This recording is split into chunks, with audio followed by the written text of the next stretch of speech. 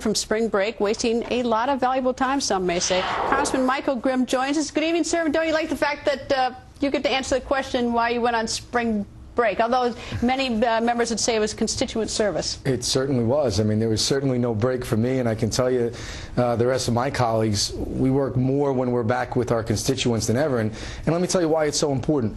There's so much uncertainty right now with what's going on. People are afraid. They want to know what happens when there's a government shutdown, because there's been so many mixed messages. But why do you all take a week off? I mean, like, this deadline's been coming. I mean, the Democrats didn't pass a budget last year. You guys have had the House. You've had the House now since January, right. And you take a week off when we all knew this deadline was coming. The troops don't know if they're getting paid. We don't know if they're getting tax returns, and it's constituent service. I mean, really? 100%. I mean, do you think that's better than working on the budget? Well, no, I think that we put H.R. 1 forward twice. We passed it. It's now for the Senate to move. I mean, the reality is that we have control of the House. We don't have control of the Senate. So you did your work. Well, it's not. The work is not done. But part of that work is dealing with our constituents and making sure they understand what's going on. And going back home where our constituents are is extremely important. You know why? Because it's the people of this country, the American citizens, that matter. This is what we're fighting for. And to be able to go back and discuss with them what's on their minds and how difficult it is that they can't pay their bills, they're losing their houses because they can't pay their mortgage, and they're worried about their children's future, and they say to me, Michael, please, we trust you. You're a Marine. You can stand up. Cut the spending. That's what we're hearing. So believe me, it's no vacation to go back and hear these pleas. I guess, and I mean, I realize H.R. 1 was passed, but the budget, there still was no budget. That's the problem. And I realize this, you're still waiting for the number from the Senate, whatever number the Senate gets. But it is, I think it is deeply disturbing to the American people, and you're new, so I can't blame you in the Congress, that for more than a year, as already noted, there's been no budget. And this deadline has been out there, and it's sort of been, has been 2 weeks, 2 weeks, 2 weeks. Secretary Geithner, Secretary of Treasury Geithner's complaining that he's funding the government every 2 weeks, and I'm thinking, like, listen, buddy, you're part of the government. Well, that's the travesty here. The travesty here is that the Democrats had the House, the Senate, and the presidency, but failed to pass a budget. The only reason we're here dealing with this CR is because of that abdication of leadership. That, to me, is a travesty.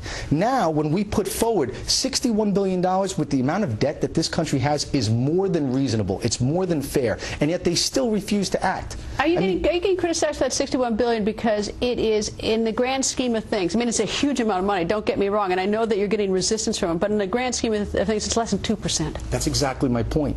Compared to the deficits that we're running year after year, and when you compare that to the amount of spending that has increased under the Obama administration, it is a drop in the bucket. The real fight, in my opinion, what the Democrats are doing here is doing nothing more than a smokescreen. They want to focus on a shutdown of the government because they don't want the people to talk about the new budget that just came out. 3 months into this, the Republicans, with the leadership of Paul Ryan, put forward a plan to actually get our country back on track. That's what we should be talking about. You know what the Democrats want to do? More debt, more doubt, and more despair. Do you know who's going to get the cuts? If you got your $61 billion, who's going to take the hit?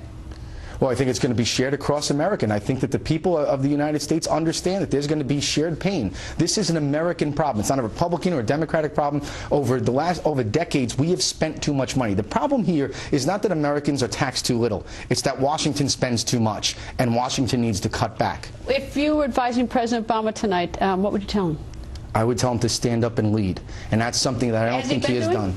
I don't think he has led at all. I think the fact that we don't have a budget in the first place from last year proves that he didn't lead. The fact that he put the budget plan that he just proposed for fiscal year 2012 increases spending, increases debts. Well, in all fairness, I mean, the Republican administration before him really spent. This administration really spends. Now, you're a freshman, so I mean, I'm not going to stick you with either one of those, but it's not like this is the first administration ever to spend. Not at all, but look at the difference in the percentage. I mean, this administration has spent records amount of money, and I am not, there's no question that Republicans lost their way and spent too much money, too.